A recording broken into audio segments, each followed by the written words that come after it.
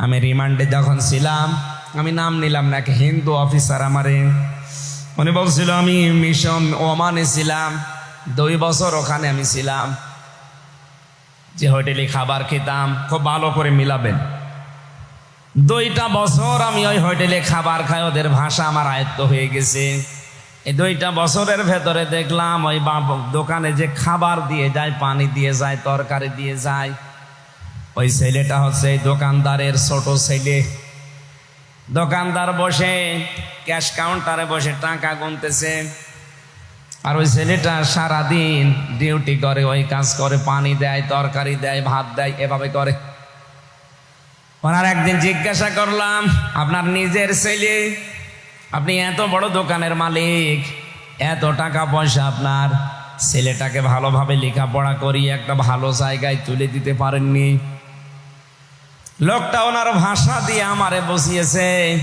কোরআনের একটা আয়াত পড়ে, সূরা তাগাবুনের 14 নম্বর 15 নম্বর আয়াত, ইয়া আইয়ুহাল্লাযীনা আমানু ইন্না মিন আযওয়াজিকুম ওয়া আওলাদিকুম আদুওয়াল লাকুম ফাহযারুহুম ইলা আখির আয়াত। আমি সহ এখানে যত মানুষ বসে আছি সবার জন্য ওই হিন্দু অফিসারের কথাটা মনের ভেতরে লাগবে, আপনি ভালো করে শোনেন। উনি আমারে বলছিলেন, ওই যে ওমানের ওই দোকানদার আমাকে বলছে, আপনি কোন দেশে বাড়ি আমি জানি না, আপনি জাতিতে কি আমি তাও জানি না, কোরআনের যে আয়াত পড়লাম আপনি কি বুঝেছেন? ও হিন্দু বেটা, ওর কোরআনের অনেকগুলো আয়াত দেখলাম ওর মুখস্থ আছে, আমি তো নিচে হাফেজ। ও যে সমস্ত আয়াতগুলো বলছিল আমি থ হয়ে গেছি রিমান্ডে, কি বলে এটা হিন্দু মানুষ। আমার তো মনে হয় যতগুলো আয়াত আমার সামনে 10 দিন রিমান্ডে পড়েছে, ওর প্রায় 2-3 পারা কোরআন মুখস্থ হয়ে আছে। আমারে বলছে, হুজুর এই দোয়াটা, এই আয়াতটা যখন পড়েছে সূরা তাগাবুনের 14 এবং 15 নম্বর আয়াত আমারে শোনালো। আমি তো বাংলায় পড়েছি, আমি বুঝে ফেলেছি উনি আমারে কি বলতে চায়।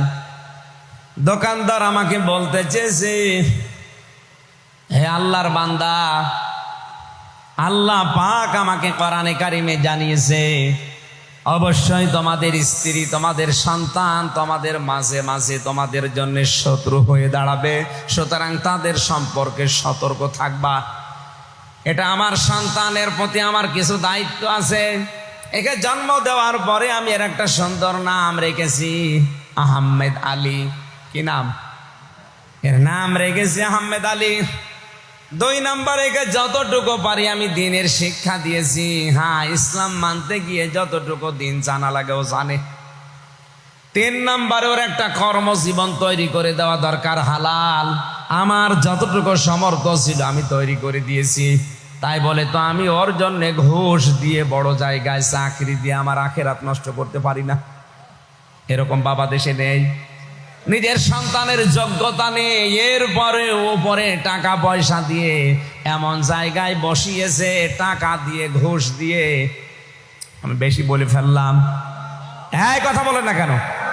এ বাবা কিন্তু জানে যে চেয়ারের যোগ্যতায় আমার ছেলে নেই, এরপরও ঘুষ দিয়ে ওই জায়গাটা, ওই চেয়ারে তাকে বসিয়ে চেয়ারটায় বসে আরো আজে বাজে কাজে, অবৈধ কাজে আঞ্জাম দিচ্ছে ওর ছেলে, কারণ চেয়ারের যোগ্যতা তো ছেলের নেই।